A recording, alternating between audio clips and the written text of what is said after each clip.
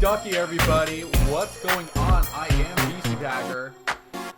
And as our intro music kind of zones out here, I am welcoming you to a Thursday edition of Casting StarCraft here. It is my lonesome self, and I will be casting something new today, something old today. We're going to be watching legendary matchups. This is going to be the first one. It's going to be Nazgul versus Boxer. Yes, we're going to be watching a replay view of Nazgul versus Boxer in a best of 5. And I know what you're thinking. What are we going to do as far as the map variety? Well, these are all 5 maps are going to be played on Neo Lost Temple. So yes, we're going back to September 30th, 2002.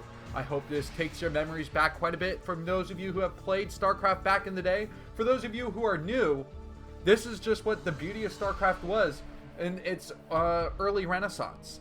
That's basically how we're going to put it here. Alright, so we're just going to be coming in from, here's the campaign view. And it actually was mildly entertaining to watch these 3 characters rock back and forth to the intro music. But let's go ahead and start with the loading up of the replay. And here there's no spoiler because I have 5 replays regardless of whether or not it goes to game 5.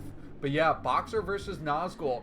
If you guys don't understand this, Liquid Nazgul, the guy who runs the esports team for Team Liquid versus the Emperor, the greatest StarCraft 1 figure of all time, the guy who created the scene for us. So these two on the foreign and the Korean side clashed against each other, Titan on Titan, back in the day. And this is exactly what we're going to experience. So, I mean, let's go into our battle song as we get the first game loaded.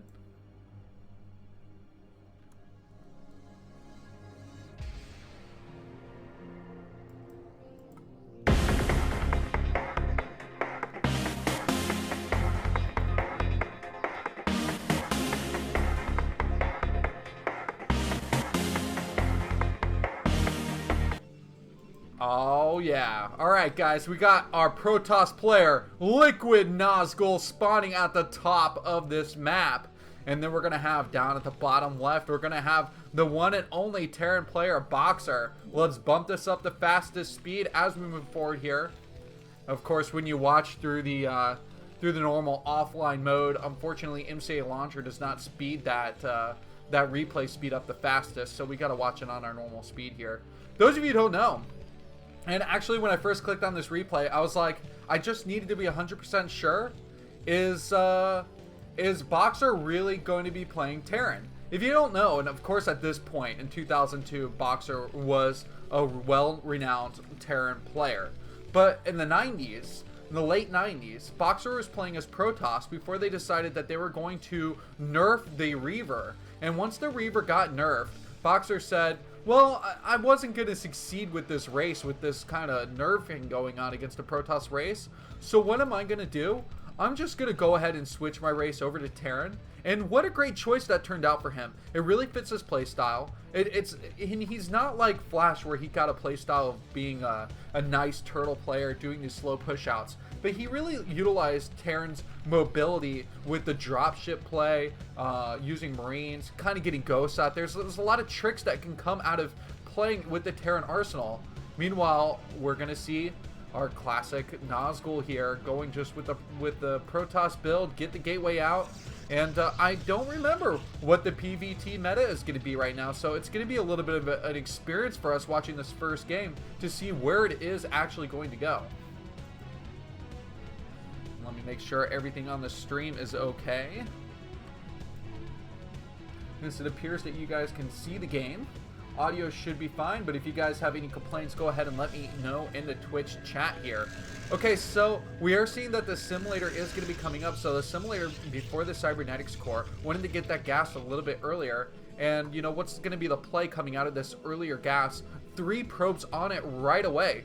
You know, and you could typically see that maybe you delay the gas, go with the cybernetics core, work towards that extra nexus, don't get the gas quite as fast. And putting 3 probes on it right away, you know, it doesn't allow you to get that faster nexus. But he will be able to advance in tech because of the additional gas that Nazgul is going for here. But Boxer, he's got 1 SCV out here. The Probe Scouts to the right. And yes, guys, we are on Neo Lost Temple. It's up at the top of the map here. You can see, in case you were not aware. And look at the difference in the APM between these two players. Sporting 100 APM versus 330.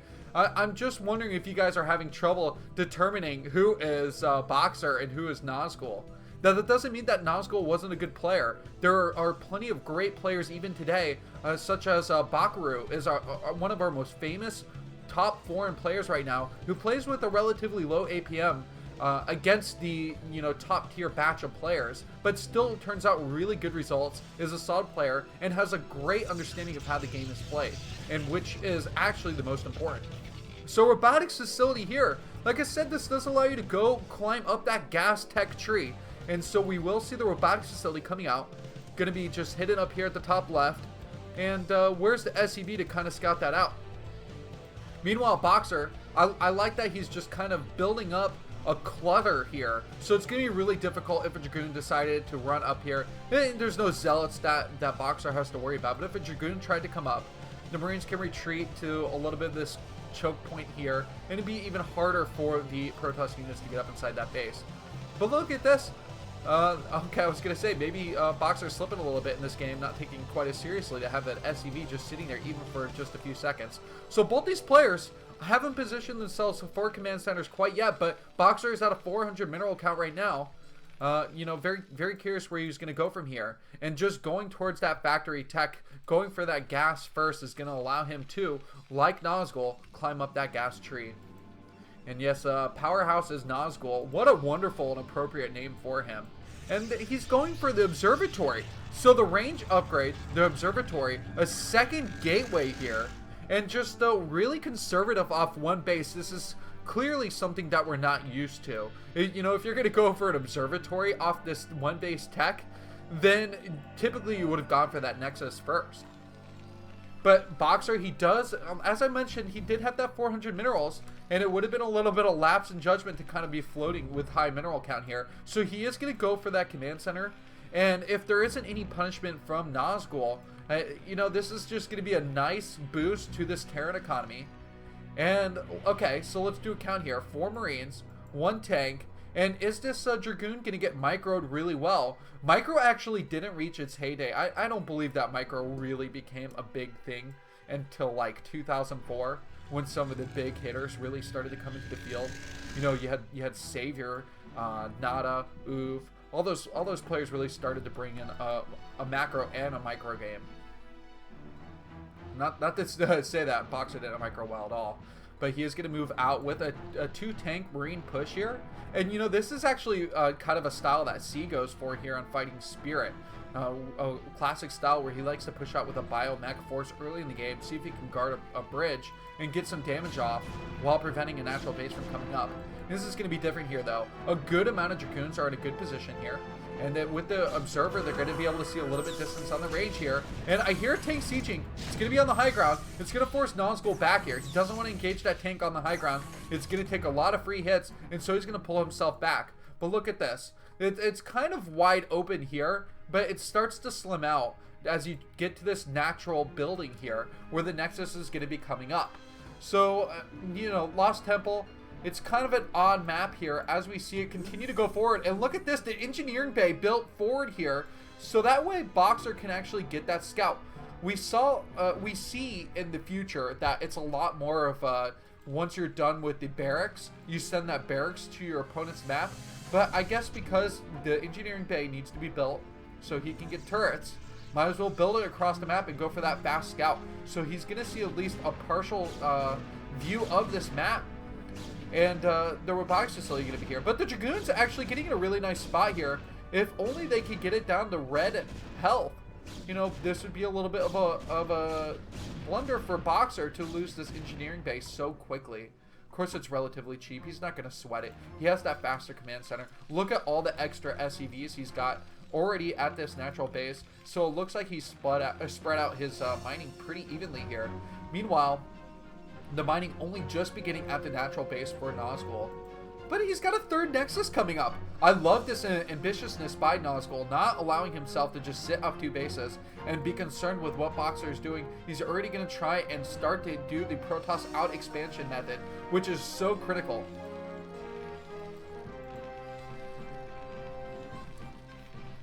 Alright, so we do have Marine still being produced here, and that's a little bit odd, but I think he just wants that additional Marine to fill out the bunker here, which is always okay. And a couple more factories are going to be coming up too. So Boxer already has the 2 machine shops. He's maxed out on the amount of machine shops he can build at this point, only holding down 2 refineries. And in fact, look at this. The command center is an oddly longer distance from the refinery. You look at the shorter distance here in the main base, and then look at it at the natural base. I wonder if you could float 4 SAVs on this refinery and maximize that a little bit more in the mining game. Is this command center a little bit south, or is that just the inefficient design of Lost Temple if you spawn at the left side of this map? A couple questions that I'm going to have to try and get answered coming down the line.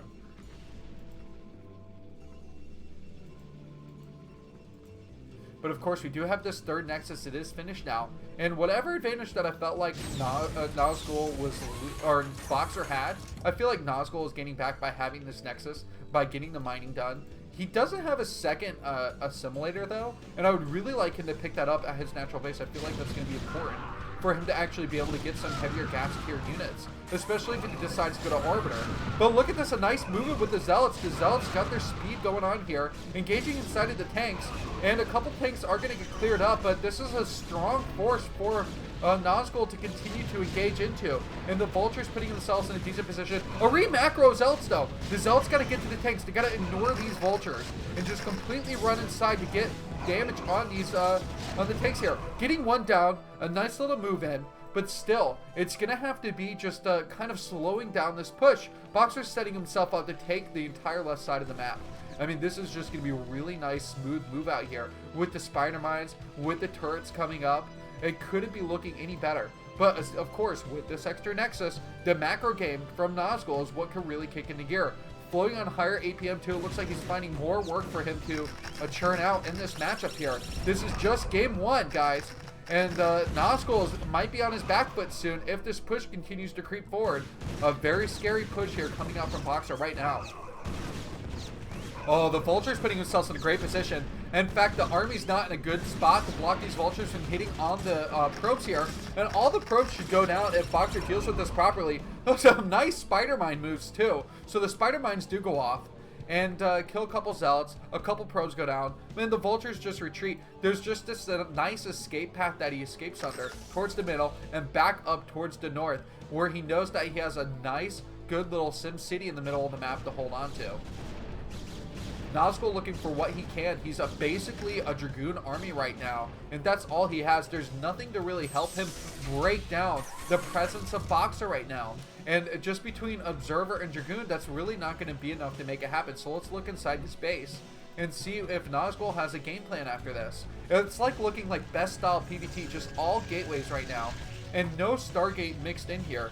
The Arbiter play for PvT really just doesn't come into play at this point in 2002.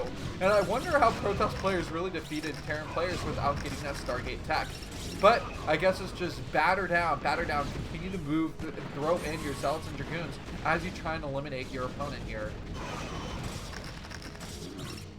Oh, a nice job with that mine drag there. It's going to clean up the tank, the Vulture there. Worthy sacrifice for that Zealot. Tanks continuing to move out, and let's look at the tank count. Siege tanks only 6, Vultures only 5, so it's really a relatively small army when you think about it. Nazgul has the stronger army and the higher army count, so he can push out right now and possibly break this down. The tanks have to be spread out so perfectly. The spider mine's actually not helping Boxer at all in this push out. In this just wall of Dragoons, can they break in here? These tanks are just on the perfect distance in the background here to just deal enough damage and keep the Dragoons back. So let's look at the upgrade count. Both these players ignoring upgrades, not even getting +1 in any category right now. In fact, I'm not sure if we can even find a forge. Yes, one forge coming up for Nazgul. Still no second gas. Let's look inside. Where is the armory here? I mean, okay, so there's a huge lack of armories for Boxer at this point in the game. We're floating at 12 minutes now. Okay, and another push shot. The Dragoon's pushing forward. If he can get these 2 tanks, which are pretty key here, then maybe Nazgul has an opportunity to start busting down the natural base. Wow, this is really good for the Protoss player. Nazgul playing really well for his 2002 self. I hope he can get back into form, especially with Shield Battery coming on the way. If you haven't read the article on Red Bull, read it right now. Tech 27 feeling the spotlight right now with all his success on Shield Battery. And I have a feeling that beta is going to open up big time for all you people who want to continue to play StarCraft and have just lots of fun with your favorite game. So the Vulture is coming out here to lay down Spider Mines one more time. Let's take a look at this natural base and let's just see. Okay, so what's Boxer's game plan? He's not building another command center. He's about to run out of minerals here. And we've seen Boxer win his fair share of low econ games, but still he's doing 6 factories off 2 bases. And, you know, it's still this odd mining distance, and he's about to run out of his natural minerals. So this is just a really, really bad position for Boxer right now. You know, any other Protoss player would easily win this game from this position, I feel like. Okay, so Spider-Man's trying to hold down this middle area too, so this is where it gets really difficult for Terran. Because not only do you have to guard this top location here, but you gotta start guarding this middle too. Because if Nazgul's smart, he's gonna start looking for other opportunities to backstab. There's actually one more path here that he could take up through that fog of war and go into the natural base. So many different locations. He can have a 3-pronged attack if Nazgul can spread his macro out well enough.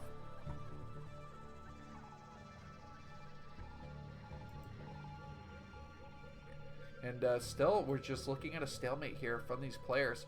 I wonder, you know, this is a nice scout out by Nazgul. He knows that a 3rd command center is going to need to be built.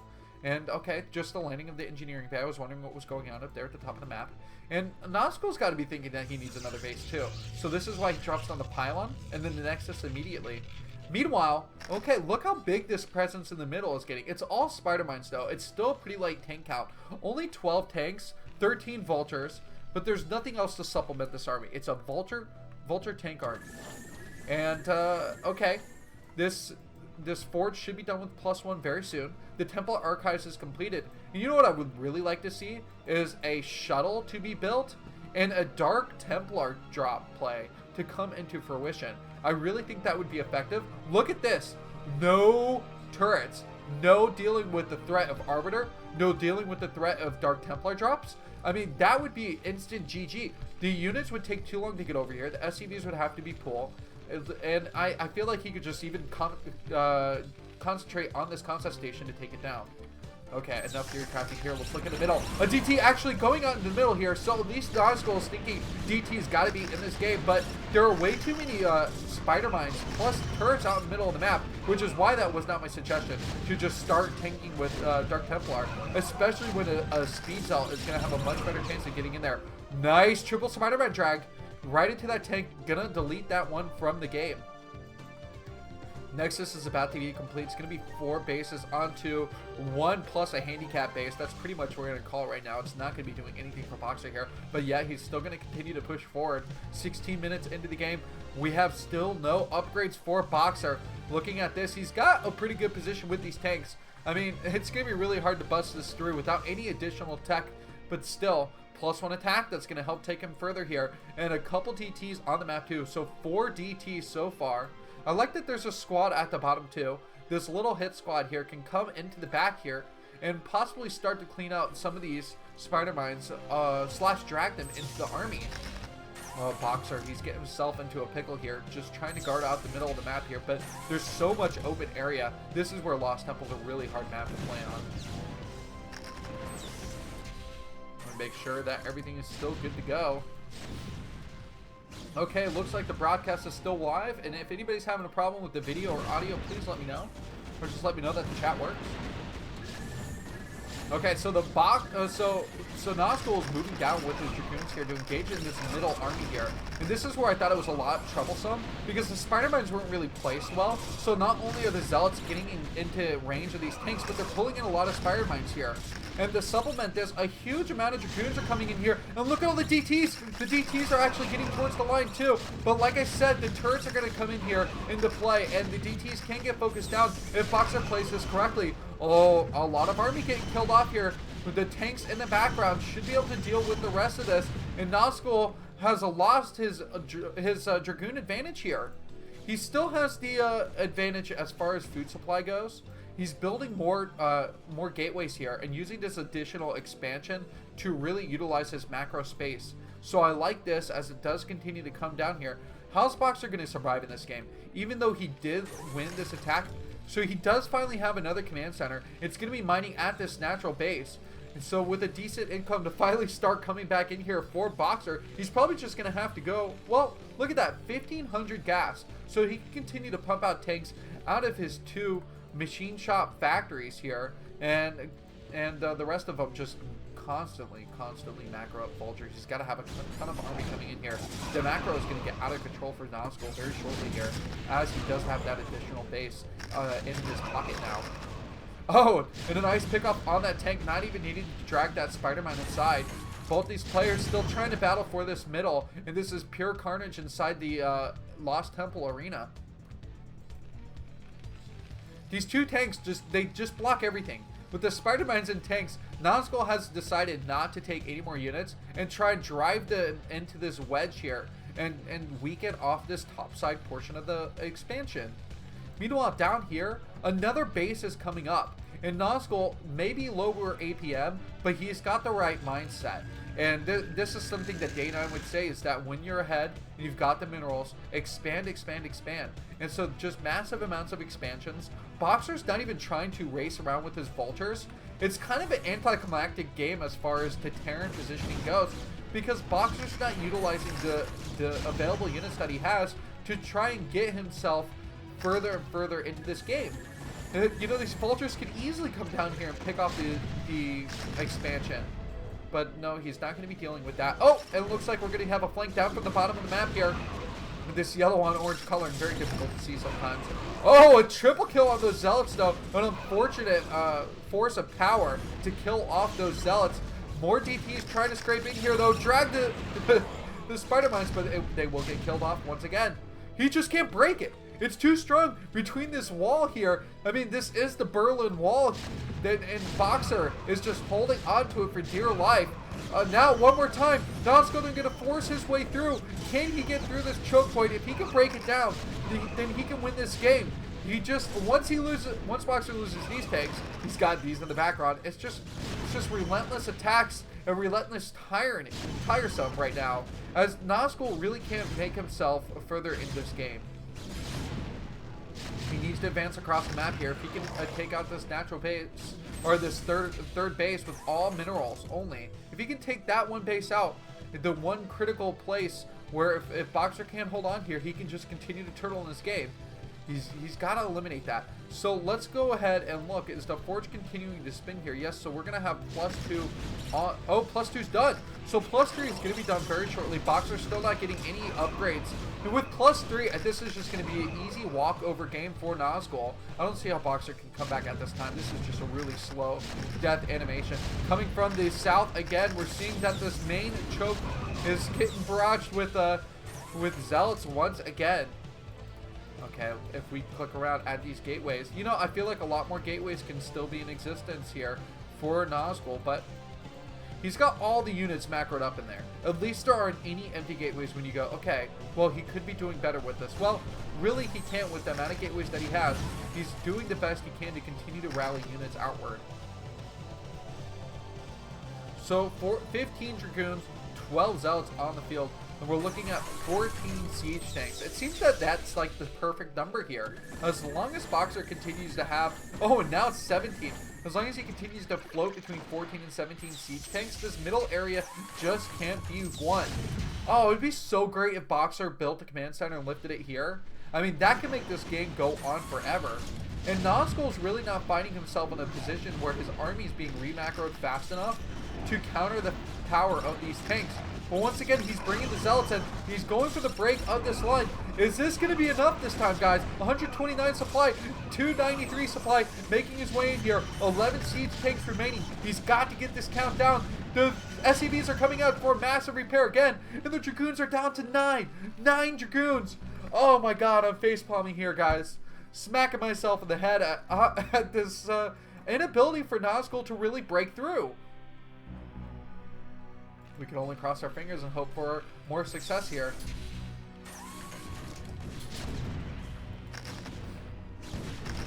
They're just the economy is way in Nazgul's favor, and anybody but Boxer maybe would be losing this game instantly, especially in 2002. But Boxer is just playing an amazing game right now of just stay alive. That's the amazing game he's playing. Overall, he gets definitely like a D minus in this game for not getting a single upgrade. But I mean, how many of us could hold on as well as he has held on in this game? Look at this. Finally, the vultures are going to come down here to attack. I mean, there's a nice cannon here, and cannons really can't die to vultures. Vultures just do so little damage so slowly to that cannon. But the cannon, it doesn't have a high attack rate either, so a lot of vultures can be killed off. Oh, the Spider-Man! Spider-Man! Nice kill right there for the Zealot, as it does stay alive. Meanwhile, let's look in the middle of the map. It's just a cluster here. Oh, Boxer going! He's going to dropship Tank Wars! Guys, it's getting real in this house. It is getting absolutely real. The dropship is going to head south. Meanwhile, Boxer, he built the command center at the top left. He built the command center. This game is going to go on forever. No way. Nazgul's inability to close out this game is really going to hinder him now, as Boxer has another base up and running. The probes get pulled though. The probes are going to do some decent damage here, hugging down the tanks, and sieging them up actually was a pretty bad idea. I think he should have just tried to balance between you know, tank mode and picking them up inside of the dropship. But this is a huge force here. Look at that. The tanks that were here have been moved out. So a weakness. Either that or they've been killed off. But the turret's definitely gone here. And the Zealots are making it into the natural base. Boxer's showing some real weakness now, as the Zealots can come from all angles here and are engaging in the tanks which don't have focused fire. What is Boxer going to do? In fact, it looks like he has a glitched out dropship, as the rest of the units are going to be moving in. The Dragoons from the south, the Zealots from the north. This is a huge force here, and Nazgul is looking for daylight. Can he finally take his win? Game number one, is it going to go to our Protoss hero, the Foreign Hope, in this matchup of legends? The Dragoons going to stand by here. They're just going to want the SV bring this tank into full repair. But the Zealots, they can wreak havoc. They're going to kill off the other tanks and just ignore the one that got completely repaired at this point. But so much damage going down, plus 3 attack is just absolutely killer.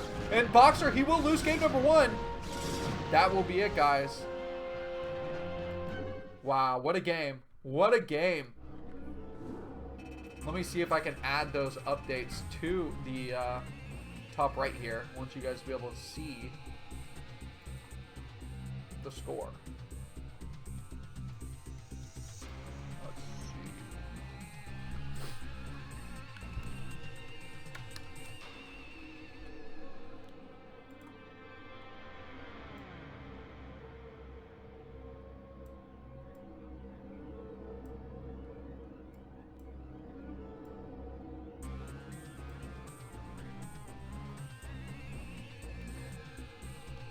Okay, guys, just give me a minute to make sure everything is in order, and then we'll work on game number 2. So let me go ahead and toggle this screen off here. Yes, it's Nazgul versus Boxer in legendary matchups.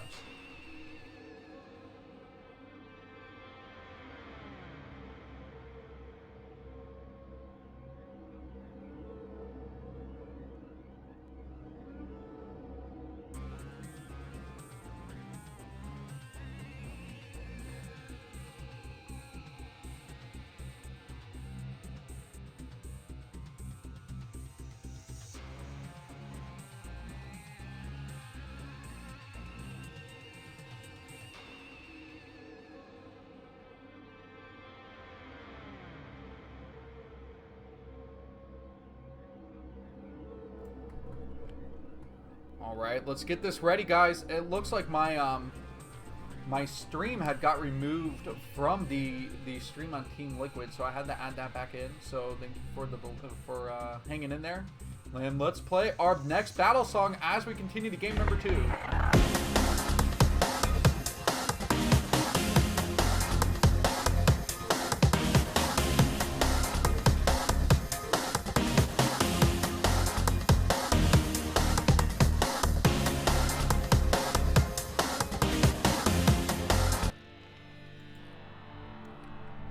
All right, everybody, we are back into game number 2 here, and let's look at our players. It is going to be a legendary matchup of Boxer versus Nazgul. Boxer spawning at the top of the map, and down at the bottom we're going to have our Protoss Hope, Nazgul.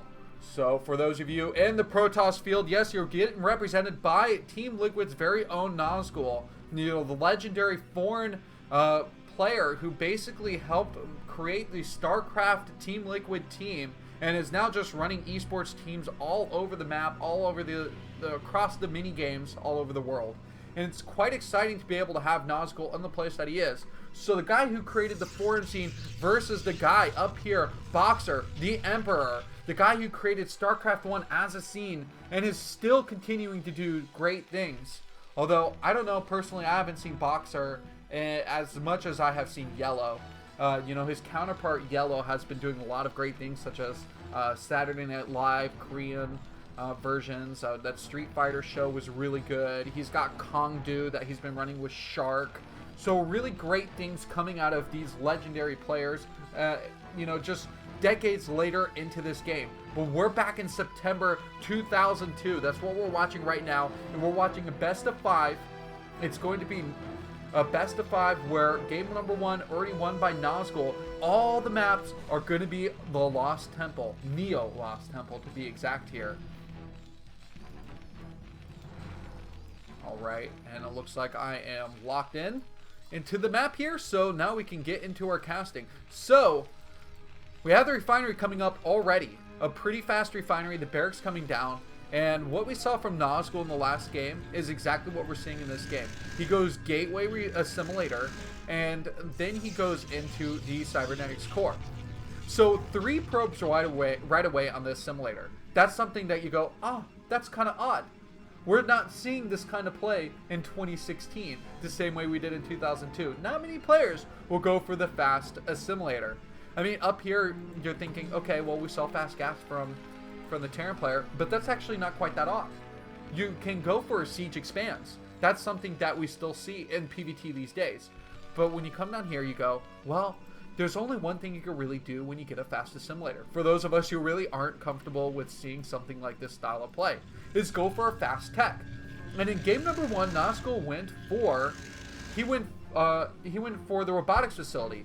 But I thought, okay, well, this is great. So he's got the 3 probes of mining at this assimilator. He's got the robo facility. This is going to be Reaver play. Instead, he went for fast observers off 2 gate, which, I mean, the observers were important. It was a heavy vulture game, but Boxer, he really didn't try and punish his opponent by trying to go for an all-out vulture aggressive mine build where, I mean, these observers were needed earlier in the game.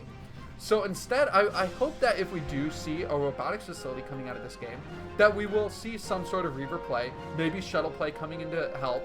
We didn't see a single shuttle in the last game, and imagine if Nazgul had actually gotten a shuttle, he could have done DT drops. Boxer actually doesn't turret up his main base, based on game number 1. Those are the facts that we know here. So we're going to have to keep an eye out. With Nazgul not going for the Stargate play, going for Arbiter play, you know, maybe he can think about the fact that in game number 1, it was not a very well defended main base, and Boxer could have lost to either DT drops or Arbiters in such an easy fashion. In fact, there wasn't an armory in game number 1, so Goliaths couldn't have even been made, at least not relatively quickly. So I hope that Boxer does decide that instead of going 0-0 in PvT the entire game, that he decides to go for something different. And this is what we're seeing exactly like game number 1. I feel like we're really figuring out this meta so fast here. So 2 machine shops coming off this 1 base. And, you know, a lot of people would just shake their head. You know, this is rather inefficient. Unless you're going for, like, super fast vulture upgrades. And maybe that's what he's going to go for. Our mind's going to start spinning out of here. Because you really don't want to try and support double tanks off of 1 refinery. It's just the math that's there. It's not a preference.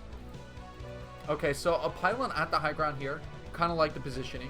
It's just kind of spreading out his vision across this base inside of Lost Temple. So that's really good. And welcome everybody into this stream. I am BisuDagger, bringing down this cast for you. I love casting legendary matches, and this is my first time ever seeing this Nazgul versus Boxer best of 5.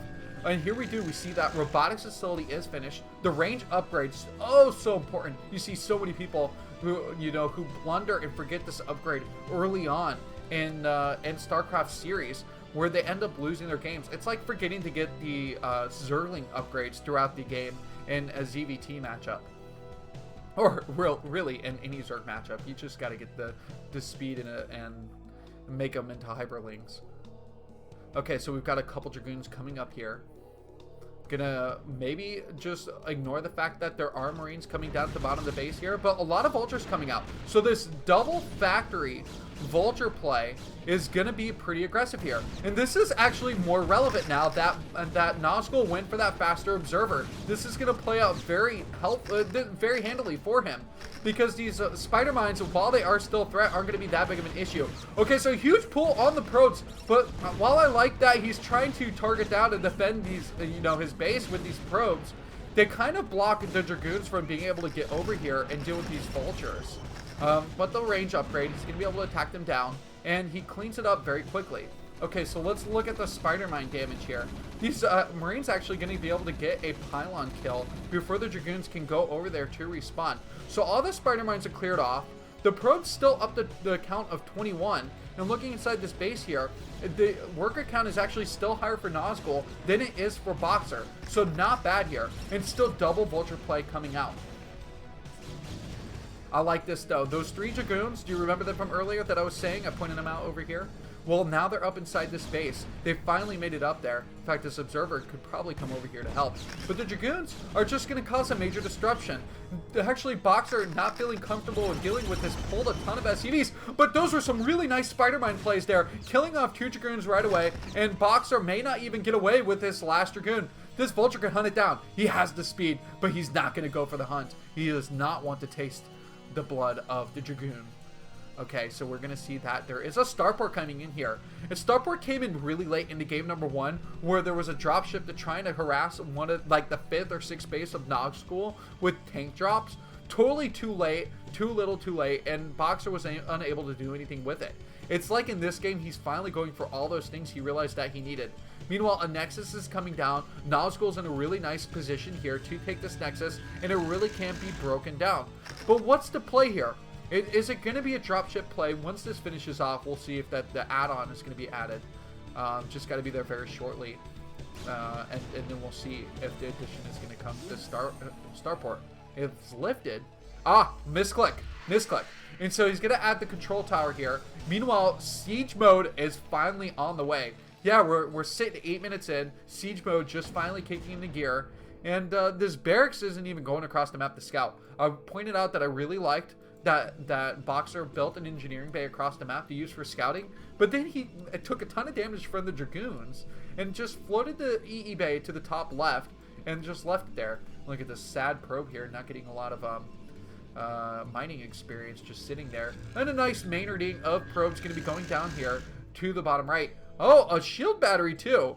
A little unorthodox, but I think maybe Nazgul's feeling that he's not quite strong enough with these 6 Dragoons. Getting the shield battery will add that extra comfort sitting at home at his base. So that would be nice of him. And not spreading his probes out really well, but these are little things that we can pick up, but really don't need to. Players kind of figure out more mining efficiencies throughout 2003, 2004, when big macro players like Nada really come into the field here. Okay, so there's going to be dropship play coming out. More tanks coming into fruition here, sitting at 5 siege tanks already. And now we're going to finally see the command center being built. Look at that. He's still got to wait for his 400, which the mineral count is trickling in really slowly. Only 28 SCVs. The count's so low for being 9.5 minutes into this game. And now the command center's coming up. Vulture scout out the right here. Don't let that fool ya.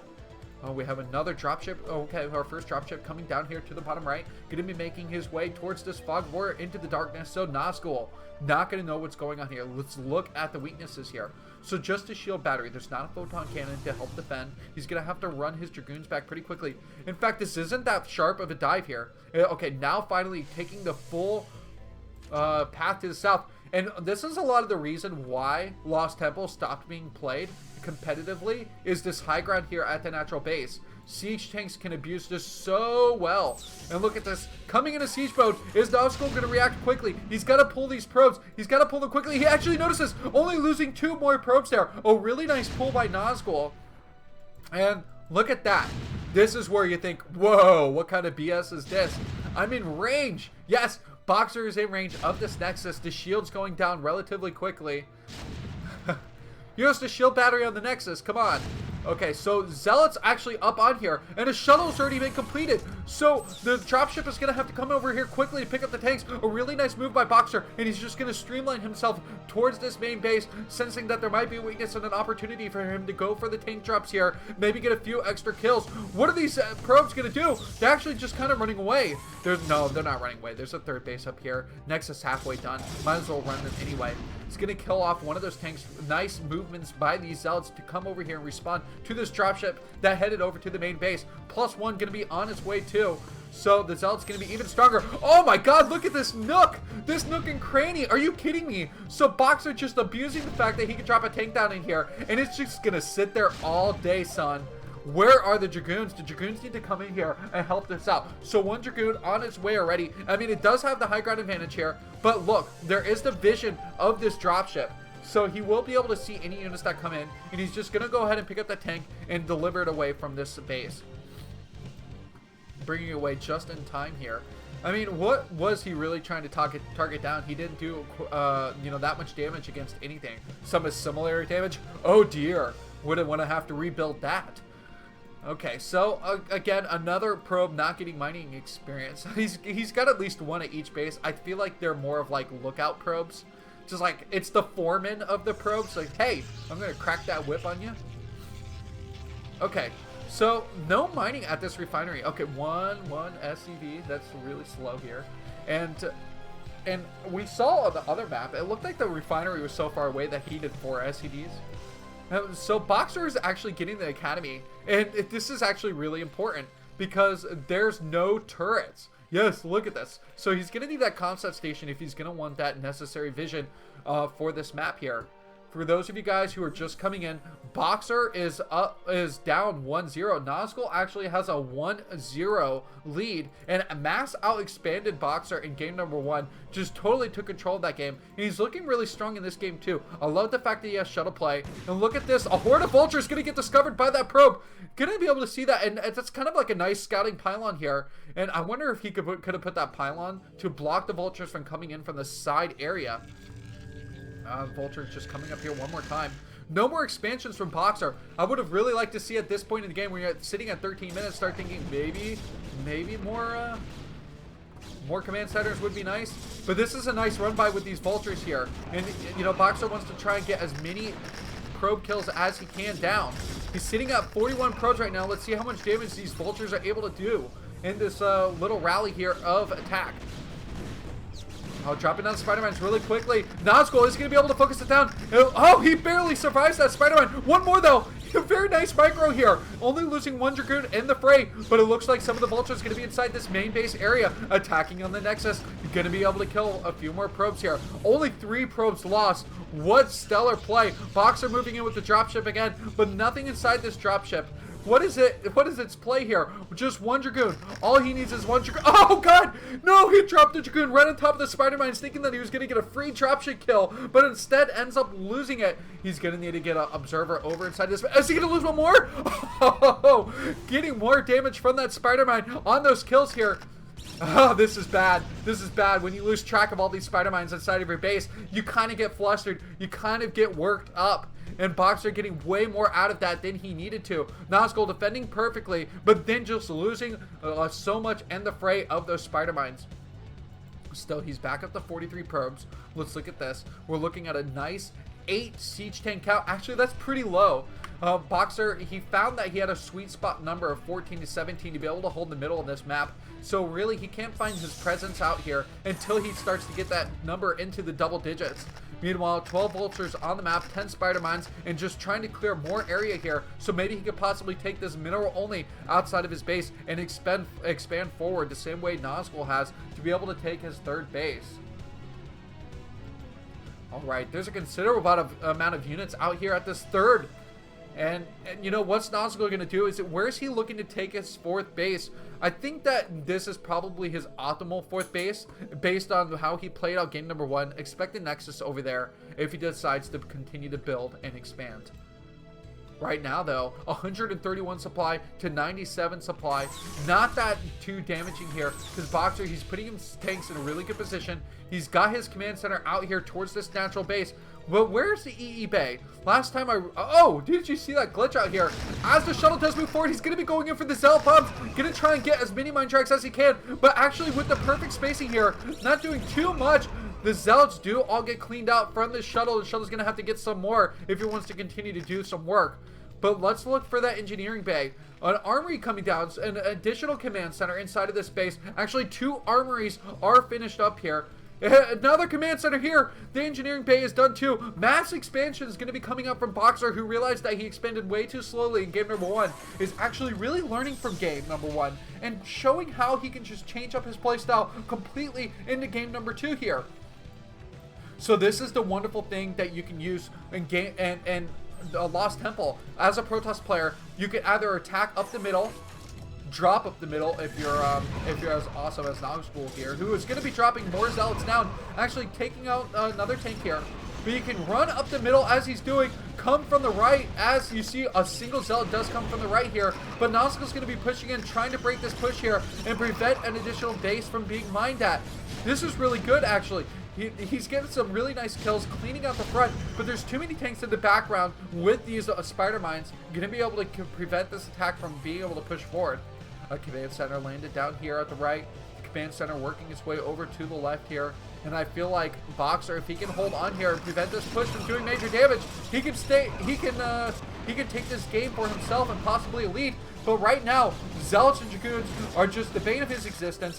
Nazgul is pushing forward here. Boxer's in a lot of trouble. He might be down 2 games in this best of 5.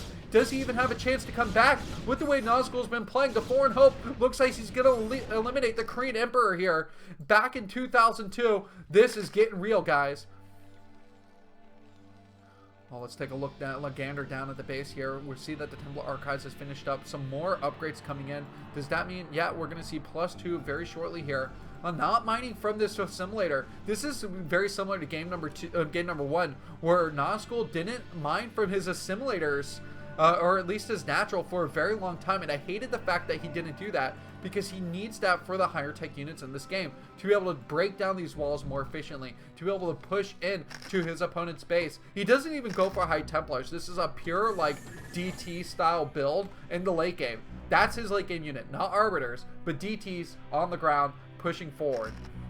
Okay, so the command center actually was taken back here, had to be lifted up and removed.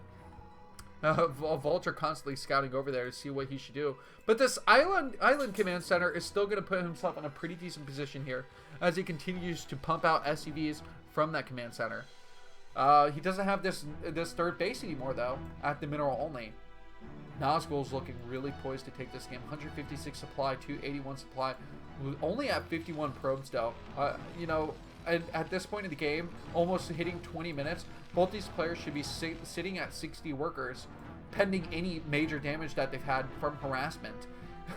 So Nazgul, even though he has 3 bases, he's been playing really strong here.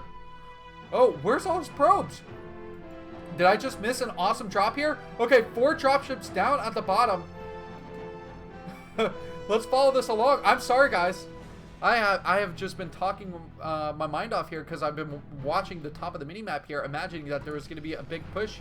But no, we have 4 empty dropships. 4 of them. And so the probes are actually brought back here, and they're going to be mining again. So I'm guessing that Nazgul just pulled what he had, but managed to survive whatever attack there was. I like that he left a few units on the high ground because he absolutely needed to have that. Boxer's coming out again with this dropship play, but it's not even scaring Nazgul because there's nothing coming out of him. He's not gonna overreact with this. For the question in the stream, I am casting with XSplit right now, and this is a 2002 replay. We're watching local only. This isn't through like BattleNet that I'm watching the replay here to eliminate the lag. Are you guys having any trouble? Please let me know. Audio, video. I can fix that in the next game here. The Dragoons having a nice little powwow sitting at the left side of the map here. Still nothing doing with these dropships. What a waste of money here. Boxer, he's not sure what to do. He's got to build this or put this command center down at an awkward location where he's only going to be mining efficiently from the first 3 mineral patches. Meanwhile, let's look here. The shuttle, it's able to drop in enough zealots that there's no way that these SCVs are going to be able to kill off the zealots. They're going to clear out everything. This is going to be just a terrorizing attack here as the zealots are going to start to clean everything up. Oh, one of the hugs around this zealot. It's not going to happen though. The SCV is going down so quick. Can he survive? Down to 9 now, down to 5, and he does survive the attack of that taser. SCV is so inferior. Another Nexus is going to be coming down at the 9 o'clock position. Finally, we're seeing that Nazgul is expanding. He expanded so much more efficiently in game number 1. And when he has the better footing here, he's got a really good position here. I like that he's preparing himself for a nice pincer attack if he decides to push out here. Meanwhile, guarding himself very nicely at his additional expansions. Okay, this is what we saw in game number 1, but I think the timing was a little bit earlier. 1, 2, 3 Nexus expansions coming down here. Meanwhile, he could probably throw another one up here if he wanted to also. But Nazgul, with all these extra expansions, is basically saying, there's no way, Boxer. There's no way you're going to be able to take this game. I've got you in a headlock. And that's not one that, like, a little brother could get out of by biting his hand. No, this is just way too strong of a headlock. No one's getting out here. Some pretty decent mining finally from these mineral patches. And yeah, it's doing the supply depot block. Something that Boxer didn't go for in the last game. He had 3 tanks and a couple turrets to actually deter any Dragoons coming up from this angle.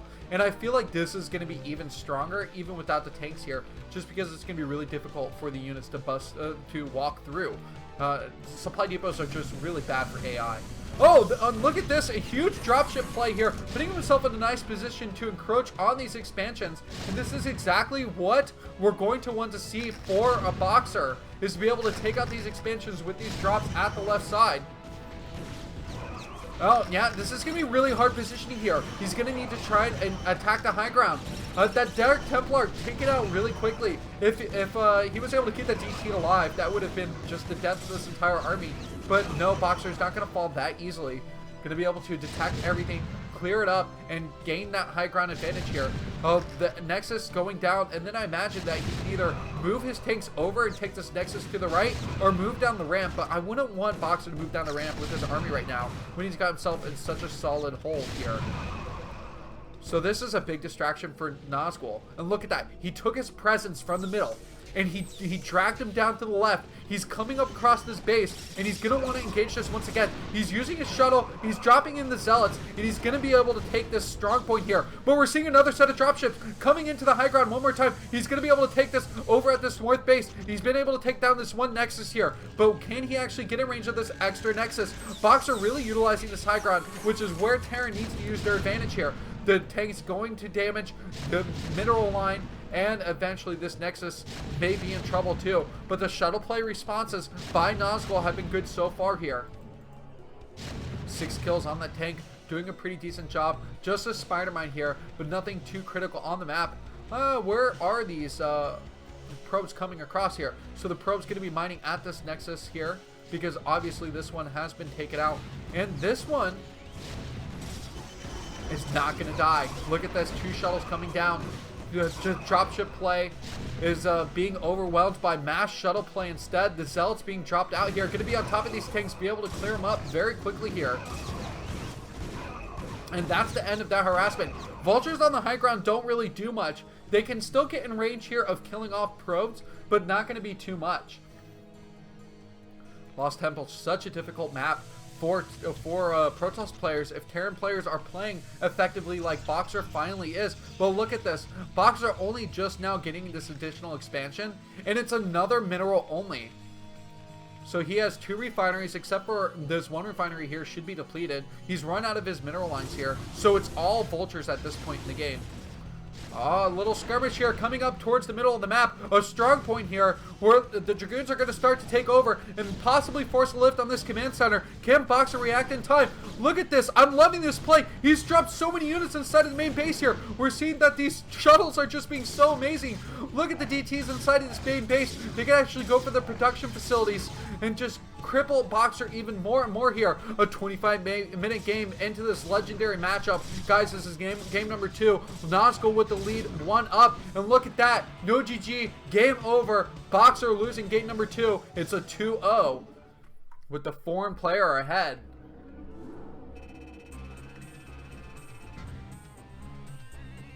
All right, guys. Let me prepare for game number 3 here. Just 1 second. I'll be right back.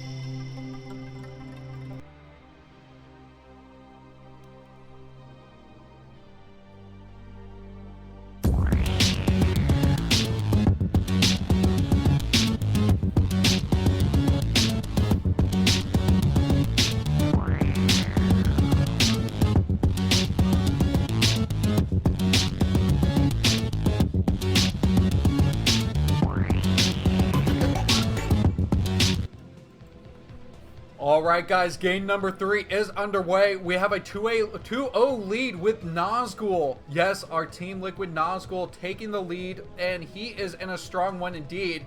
If you haven't noticed the trend yet, unfortunately, we are only going to be seeing just one map throughout this entire best of 5. Alright, so spotting at the top, we have our Protoss Nazgul. Then we have, of course, the Emperor, the Terran player, Boxer, who will be spawning at this right side. So this is a close position spawn here. And, you know, how are we going to see the advantages again? I like that Boxer switched it up. He went for the earlier start per play in game number 2. That was really to the advantage for him. Let's bring this up the fastest speed here. And a huge difference in the APMs, as it was pointed out in the chat in game number 2. Yes, 300 APM to start this game. Meanwhile, floating at 100 APM is Nazgul. But you know what? When you know how to play the game, you have a thorough understanding, you really don't need to have the higher APM. You can still just play quite as well. Okay, well now we're seeing the first barracks coming up.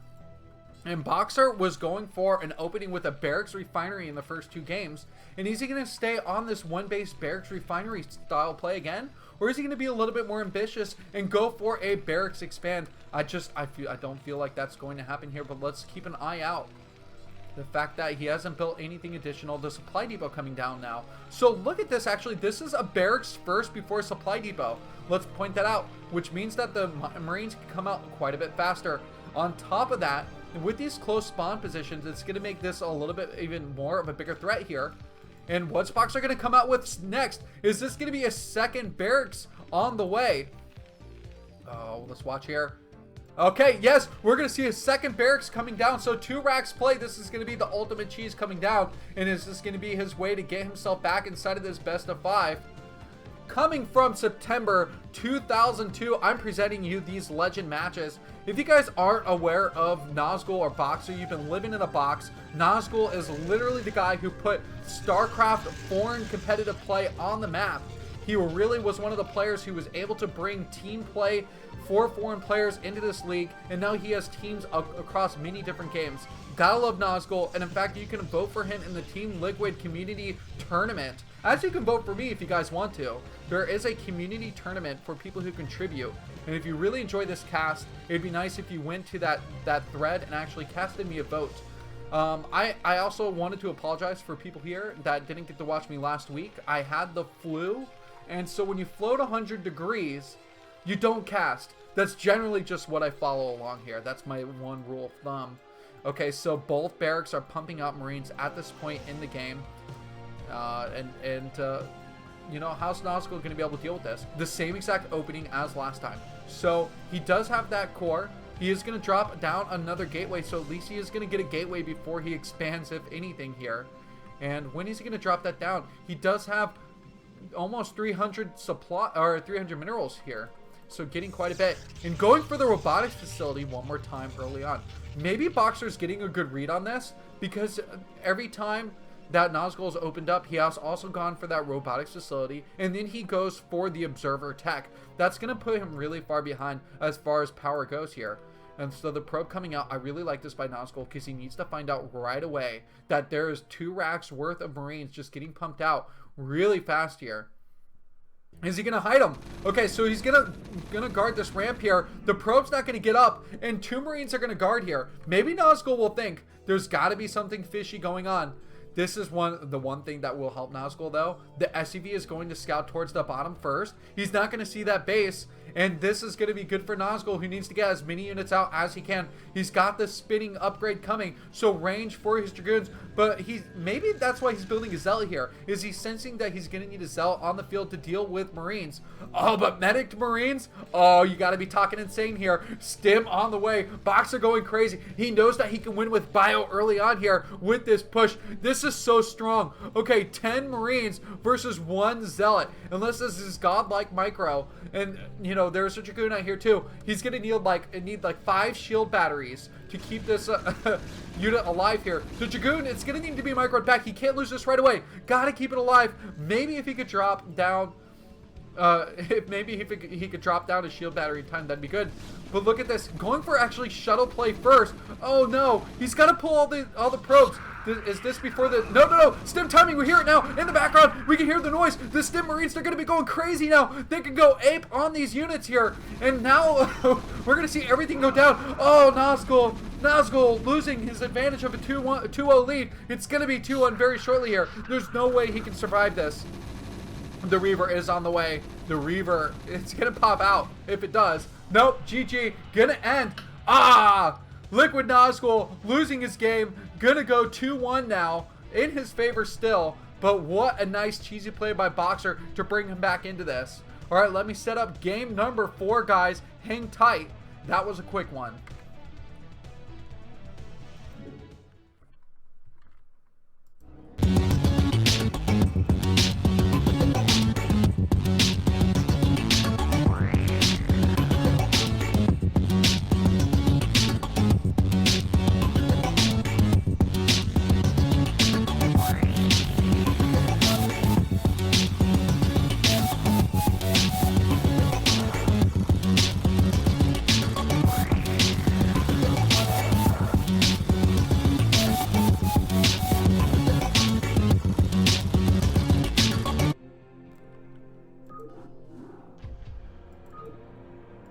All right, here we are in game number 4 as we continue forward. Oh, let's stop the music in the background, even though it is getting sexy in here. All right, guys, we are at a 2-1 series. Liquid Nazgul with the lead against Boxer. And of course, don't be worried. I got the game up. We're ready to go here. Yes, this is a best of 5 on Lost Temple here. Boxer coming back with a cheese to put himself inside this game. Boxer never been afraid to do a cheese if he needs to find himself digging his way back against an opponent here. So we do have Boxer spawning at the top here, and then at the bottom left, we will have his Protoss opponent, Liquid Nazgul. In fact, Nazgul is actually floating his highest APM yet, near 160 APM. So maybe he's finally feeling juices flowing, got the caffeine going. 1 win away, 1 win from beating the legendary player. Can he do it in this match? Oh man, Lost Temple, such a hard game to win on as a Protoss player in PvT. It's one of the reasons why it got ruled out. And I'm going to temporarily sit here, guys, on the Terran screen and just hang out 1 second as I go deal with something.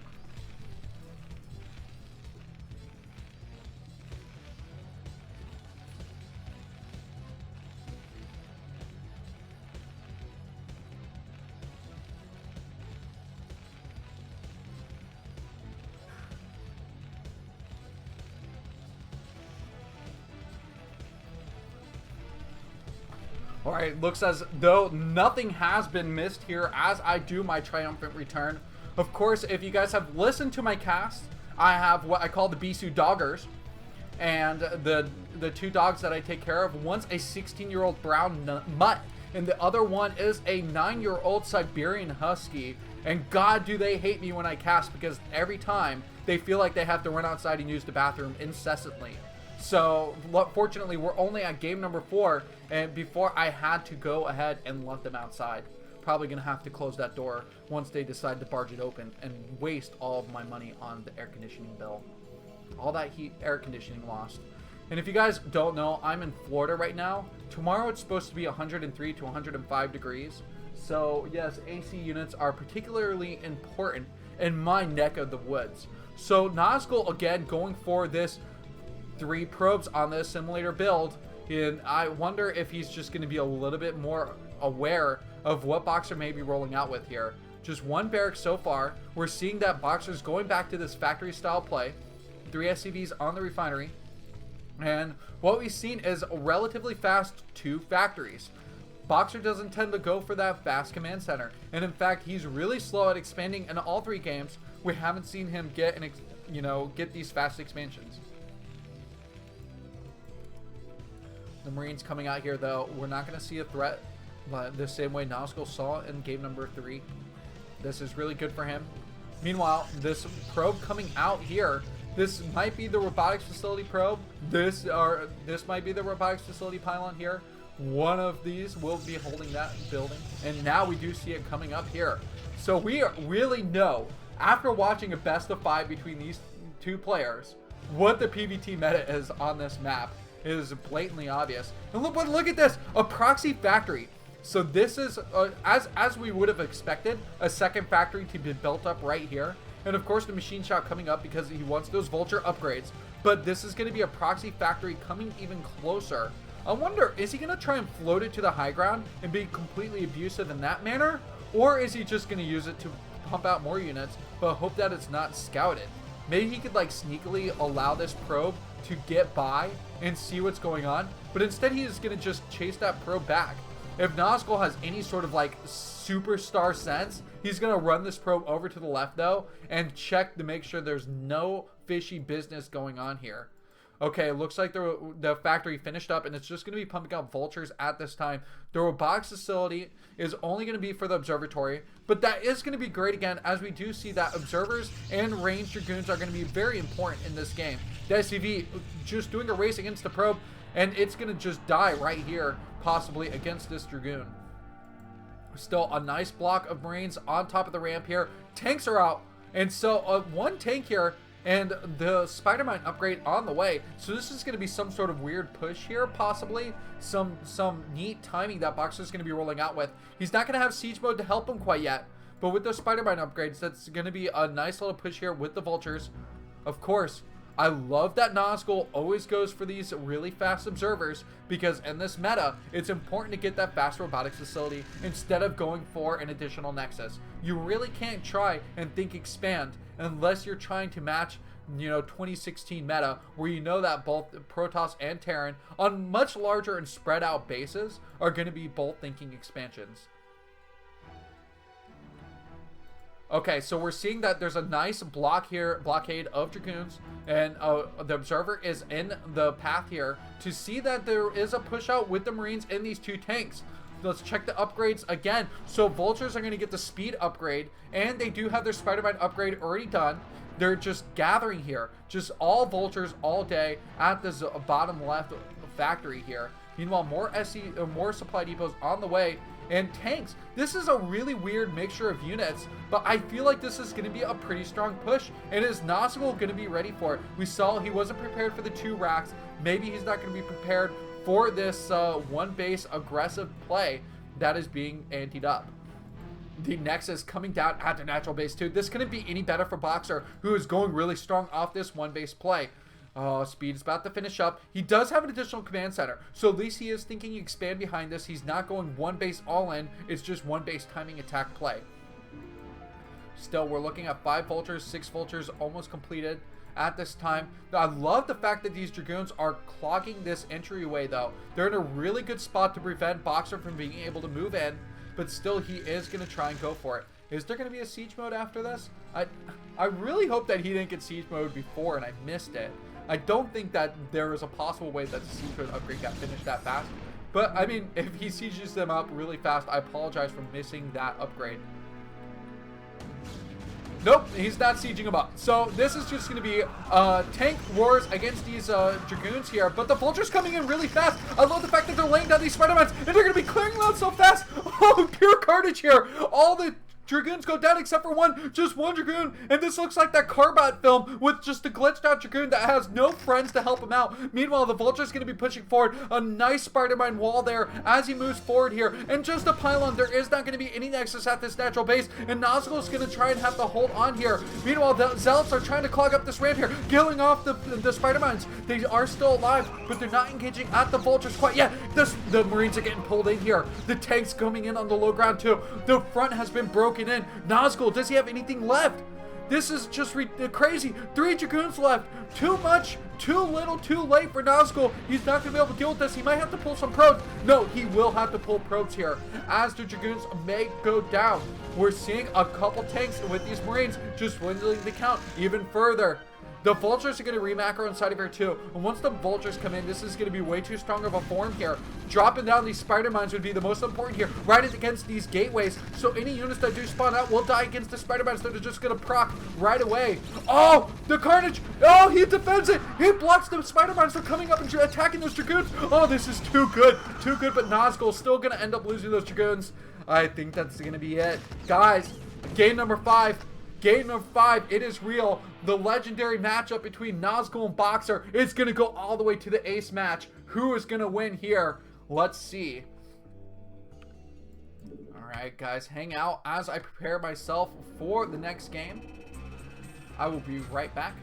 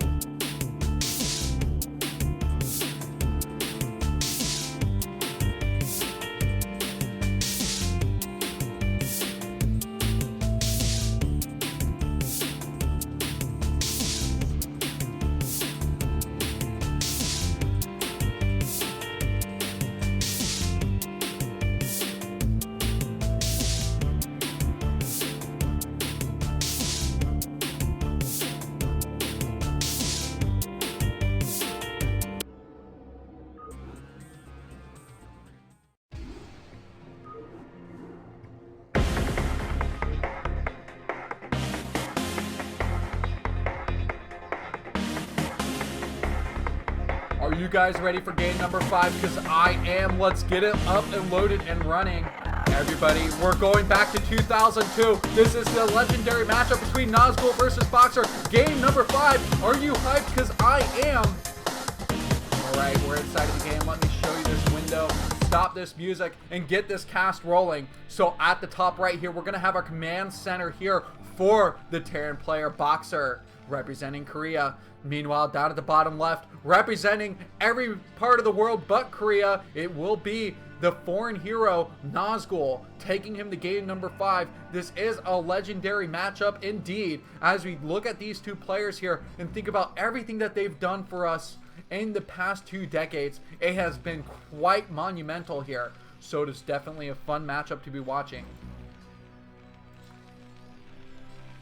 Let me make sure I got this Twitch chat. I haven't been reading it too much. I apologize, mainly because I just get so caught up inside these casts, but I do try and keep it up aware, and so I can see what you guys are saying. Welcome, I am BisuDagger, doing a solo cast today. I'm bringing you game number 5. I will be wrapping it up after this cast. It is a legendary one, and I do like to bring you a Thursday cast. If you missed it last week, had the flu, but I'm feeling so pumped up, so full of energy right now. I couldn't be more excited to be casting StarCraft. Definitely my favorite game ever. It is non-competable. But if we had to talk about games that are non-StarCraft, I just finished playing the latest the latest game in the Uncharted series, and I really loved playing that game. In fact, it may be my favorite. Number 2 was good, but number 4 was pretty phenomenal too. Not that I didn't like all of them. And I actually have hung out with the Uncharted developer team, a really cool set of guys, and I'm just blown away by what they are able to accomplish. So if you guys haven't gotten into that game, go ahead and do it. It's so much fun. A little bit of a break away from StarCraft. But if you are thinking, well, I need to play StarCraft. I need to play it. There's Shield Battery. If you guys don't know about Shield Battery, there's this beautiful article that came out and talking about Tech27, the creator of it, and Tupac and the rest of the gang that have also contributed towards it.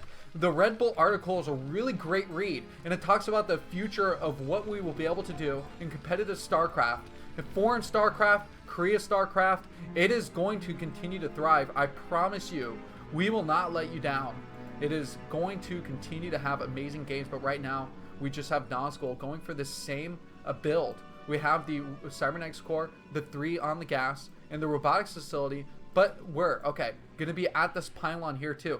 So Nazgul lost some pretty quick games of game number 3 and game number 4. Thinking about it here, Boxer won with 2 racks, but then he won with very fast production from 2 factories plus marine production. So when you think about this, Nazgul's got to change his game up, or Boxer's going to win in this very same fashion, a lame fashion in my opinion, to win 3 games in a row this same way by exploiting a weakness that hasn't been corrected. Boxer is correcting his weakness by going into these all-in plays, going into the cheesy play. I'm okay with it. I'm glad that Boxer changed. But now we got to think Nazgul buddy, you got to be better about this. You got to churn out a few more units, maybe have gotten that second gateway faster, but he knows what he needs, which is that robo facility and the observer to deal with the vultures. So the factory on the way here, the Marine just scouting out to the left here, trying to get full vision of inside of his base. I like that he just built his entire Sim City of buildings at the start of this game, all at the top right. But that leaves tons of room for factories. I mean, literally tons of room for factories to be built out over here.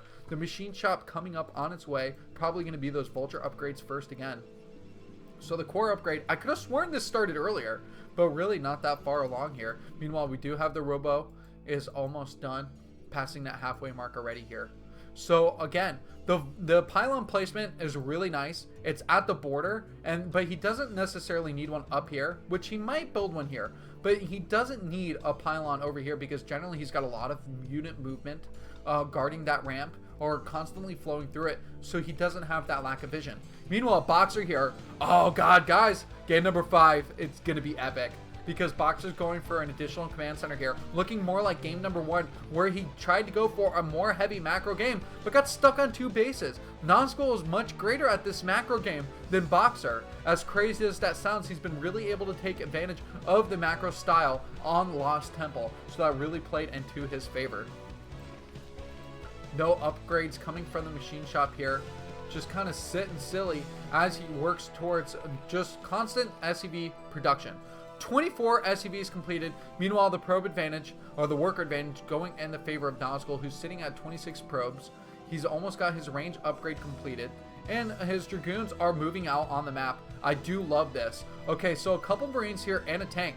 And a high APM player, generally you could see a player like Bisu or Best in a PvT, and they can come in here and they can pick off these Marines pretty easily if they get caught off guard, or maybe even get this tank. This tank's not in like a siege mode or anything, and in fact these kills could be really nice. This has got to be microed really well though. He's got a lot of damage coming down on this Dragoon. He's got to keep it alive, maybe pull it into the back here, but he's trying to micro forward one more time. Boxer's focus has had to be on that one Dragoon if he wanted to be able to take it down. He does take down that one probe that tried to get in there and be a nuisance here, but it was kind of an okay trade. Getting 2 Marines taken off, he managed to keep his Dragoons alive, and he's coming back to his group of 5 here. Meanwhile, the Observer's out to go for the scout, so no more reckless movements by Nazgul. Everything can be calculated. And the number 1 reason why I say that is because Boxer has not been building turrets in his games. He built middle of the map turrets, yes, in game number 1, but he doesn't turret up the rest of his map. He doesn't go for the main and natural turrets, which means that the observer can constantly see the exact tech, the exact timings in this game. So Nazgul, he's got a really huge advantage point here by being able to float this observer around. Guys, this is September 2002.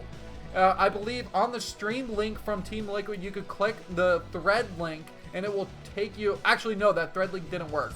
I will link you guys later if you want, or you can ask me in the Brood War General thread, and I will supply you with where I got these replays from. But yes, this is 2002. Both these players actually in relatively good form. I think 2002 may have been the peak for Nazgul, and Boxer was probably peaking around 2002 also. Wasn't that the year where he won most of his medals, 2002 and 3? I would say that's pretty accurate, because then Uv and Nada started to take over the Terran reigns afterward. Looking inside this base again, though, this is exactly what I was saying. The observer getting in here and seeing, okay, double upgrades coming down. Spider-Mine, speed for vultures, 4 factories coming up. Mining from this one refinery here, but still no additional gas. Which is fine, because he's not trying to go for two tanks out of 2 factories quite yet. So he doesn't necessarily need to acquire that second gas. Meanwhile, Nazgul, he's got this second Nexus, matering some of his probes over, but actually not quite enough. Here you can see that there's another rally of probes finally heading over to that base, and he's going to take this gas late because he actually goes for these double Nexus expansions, going for a heavy mineral count first. And because he doesn't need a lot of Dragoons with the way his style has played out, it's going to be okay that he doesn't take away this gas faster. There isn't a need for that late game tech. Arbiters haven't been needed to beat Boxer. It's only been DTs in the late game builds for Nazgul, and really only his gas has gone into either Dragoon, Remacro, or upgrades, because at least he was able to get +3 in game number 1. So a lot of vultures coming out here, and this is really going to be the start of the first aggression from Boxer. And can he really start to like harness the late 2009 fantasy level play where vultures were really strong inside of this game? Coming out here with a lot of spider mines here, but the observer in a perfect spot. The Dragoons are really nicely spread out and able to deal with everything. So I like those smooth moves so far from Nazgul to be able to hold on. Instead, Boxer's decided he's going to use those spider mines to just kind of clear out and mine up the middle area here. So that's going to be all him. He's got a nice spread. There's only one location that Nazgul can go through, which is in that Fog of War area. A ton of tanks coming across the map too. This is looking more and more like game number 1, where the turrets came out in the middle of the map. Spider-Mine's held on until Boxer can get himself in a really nice position with these tanks. Sitting at 9 siege tanks, he's got to spread them out really evenly here if he wants to be able to deal with the Dragoons coming in. And DT play finally coming above. So the DT, as long as it can avoid, which it can't, Comsat scans, turret range, Spider-Mine. No, Boxer immediately seeing that there was the Ghost of War moving across this grass tile set and immediately scanning and killing off the DT, not willing to risk anything else. So this is really strong positioning from Boxer. He has gas mining from that additional base. He can get 2 tanks from 2 factories at this point too. So sitting at 11 tanks, if he gets up to 16 tanks, I feel like Boxer's going to have a really too strong presence in the middle of the map. Nazgul doesn't have the macro strength to really deal with a 16 tank presence.